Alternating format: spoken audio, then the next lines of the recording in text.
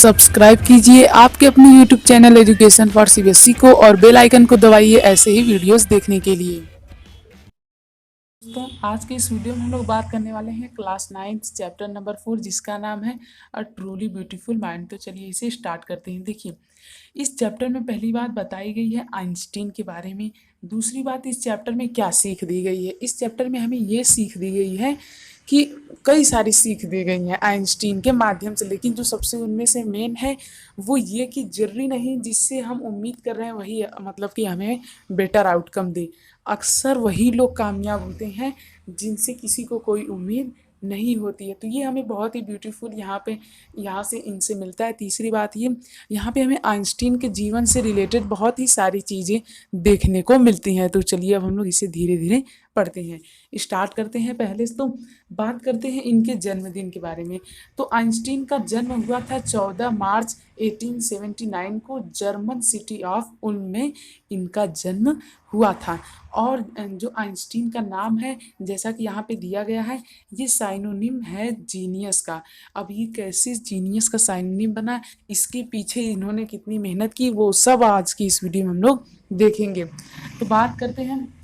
देखिए, जो आइंस्टीन थे वे जब छोटे थे और उनके एज के जितने भी बच्चे थे वो उन्हें कहते थे ब्रदर बोरिंग। बहुत ही इंपॉर्टेंट है, नोट कर लीजिए।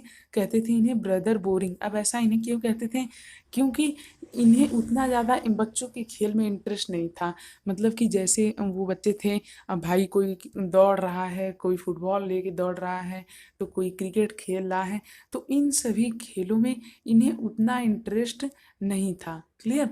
इन्हें किस में इंटरेस्ट था? इन्हें इंटरेस्ट था, यानी इनका स्टार्ट से ही इंटरेस्ट था मैकेनिकल टॉयज में। इसका एक एग्जाम्पल हमें बेहतरीन तरीके से यहाँ पे दिया गया है कि एक बार इनकी जो छोटी सी बहन थी उसका नाम था माजा। वो एकदम न्यू बॉर्न थी। तो ये क्या कहते हैं, हाँ ठीक तो है पर इसके पहिए कहाँ हैं, मतलब इसके व्हील्स कहाँ हैं। तो इससे ये पता चलता है कि मतलब कि ये उसके अंदर भी मैकेनिकल ढूंढने लगे। मतलब कि इनके ये कहने का ये मतलब था, अब ये तो छोटे थे तो इन्हें क्या पता कि छोटे बच्ची के अंदर कहाँ से पहिया आएगा। ये सोचे लगता है ये कोई खिलौना है, तो ये अगर चल सकती है तो इसके पहिए भी होने चाहिए। तो वो यही बात पूछते हैं कि इसके पहिए कहाँ है। तो ये एक फ़नी बात आ जाती है इनके बात में। और इसके बाद ये बहुत सारे इतिहासकारों का, यानी कि आप लोग कह सकते हैं जो हिस्ट्रियंस है, उनका ये भी मानना है कि जो आइंस्टीन का सर था वो काफ़ी बड़ा था। जी हाँ, आइंस्टीन का सर जो था वो काफ़ी बड़ा था बचपन में ही, और वो बहुत ही अनइवन से दिखते थे। और उसके साथ साथ वो बहुत कम या फिर बोलते ही नहीं थे। और सबसे पहले वो जब बोले थे, बहुत लोग मानते हैं कि वो बोले थे कि सूप इज़ टू हॉट, क्योंकि वो एक बार सूप पी रहे थे अपने से डाइनिंग टेबल पे बैठ के।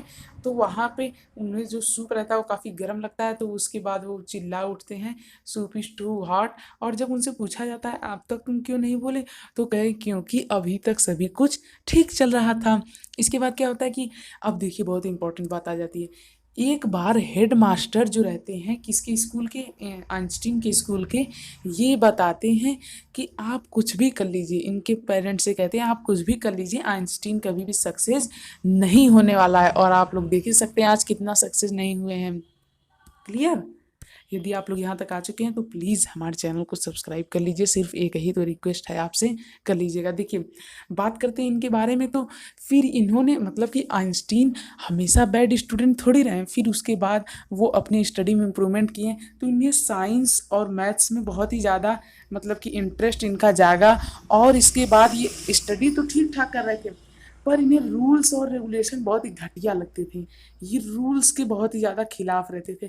मतलब कि स्कूल में ये पहन के जाओ, ये पहनना ज़रूरी है, वो पहनना ज़रूरी है, ऐसे नहीं ऐसे चलो। मतलब इन्हें डिसिप्लिन से, या फिर आप लोग कह सकते हैं रूल से, काफ़ी ज़्यादा नफरत थी इनिशियल टाइम में। बहुत इंपॉर्टेंट है। क्लियर?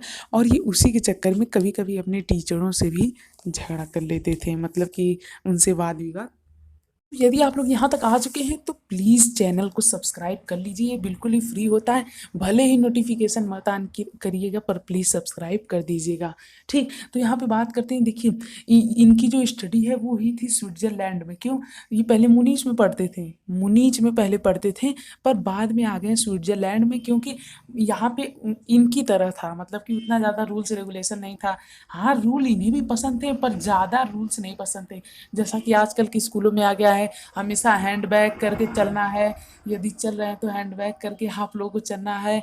और मतलब कि नहीं, मतलब ढेर सारे रूल रहते हैं तो वो इनको पसंद नहीं थे। क्लियर?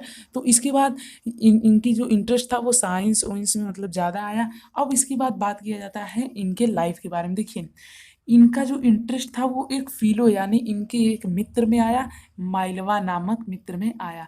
तो ये जो थी, इन पे इनका बहुत ही ज़्यादा इंटरेस्ट है और इनके अंदर इन्हें अपना एक दोस्त दिखाई दिया। किसे दिखाई दिया? आइंस्टीन को इनके अंदर अपना एक अच्छा सा मित्र दिखाई दिया।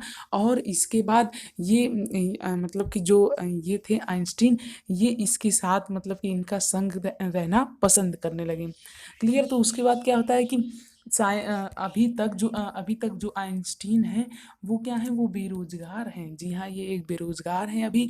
फिर उसके बाद जाते हैं एक कॉलेज में, पढ़ाई वढ़ाई कराते, मतलब पढ़ाते हैं, पढ़ाई करते नहीं हैं, पढ़ाते हैं। फिर वहाँ पे फिर प्रोफेसर में चले जाते हैं। फिर उसके बाद एक इन्वेंशन कंपनी में जाते हैं जहाँ पे इन्हें सिर्फ हेल्प करना था। इनका काम क्या था? इनका काम था दूसरों की मदद करना, दूसरों की हेल्प करना, यदि वे इन्वेंशन कर रहे थे। पर अंदर ही अंदर ये खुद एक इन्वेंशन करने की जुगाड़ में थे, आप लोग कह सकते हैं चोरी से। अब इनकी जो थ्योरीज आ जाती हैं, पहली बात बहुत इंपॉर्टेंट है, नोट कीजिएगा। थ्योरी ऑफ रिलेटिविटी इन्होंने दिया है, जो कि हम लोग पढ़ेंगे हायर क्लासेस में, 12th वगैरह में आप लोग इसे अच्छे से समझ सकते हैं। क्लियर? तो उसके बाद इन्होंने थ्योरी ऑफ रिलेटिविटी दी और मास एनर्जी का इक्वेशन दिया, that is E is equal to M C square. ये तो आप लोग जानते ही होंगे, दुनिया का सबसे फेमस है। इन्होंने एनर्जी और मास में रिलेशनशिप बता दी थी। तो ये बहुत ही बड़ी बात है, आप लोग बाद में समझेंगे कि ये कितनी बड़ी बात है कि एनर्जी और मास में यदि कोई रिलेशन बता देता है। अब इनकी बात करते हैं मैरिज की, तो वो हुई थी 1903 में और इनके पास 2 बच्चे भी थे।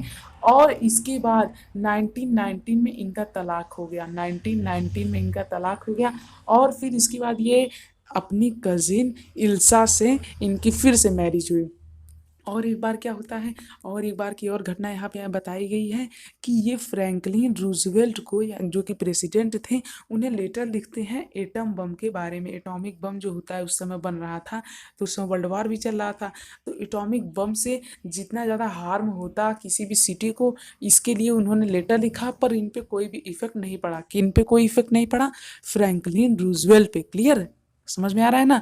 हाँ, तो समझ में आना चाहिए। इसके बाद जब इनका कोई इफेक्ट नहीं पड़ा और ये बम गिरा दिए, तो आइंस्टीन को बहुत ही ज़्यादा एक तरह से झटका लगा। वो पूरी तरह से शेक हो गए कि अरे यार, अब उनके ऊपर बम गिरा दिया गया। इसके बाद ये पॉलिटिक्स में चले गए और कहें कि हथियार वथियार बंद कर देना चाहिए।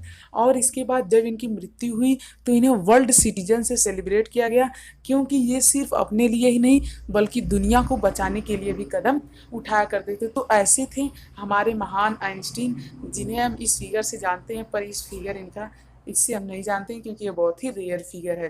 क्लियर? सो यदि आप लोग यहाँ तक आ चुके हैं so please please please subscribe कर दीजिएगा। सो थैंक यू, जय हिंद, जय भारत। आज के इस वीडियो में इतना ही। एक बार इस चैप्टर को प्लीज़ ज़रूर पढ़ लीजिएगा ताकि जो भी छूटा हो आप लोग उसे कवर कर सकें।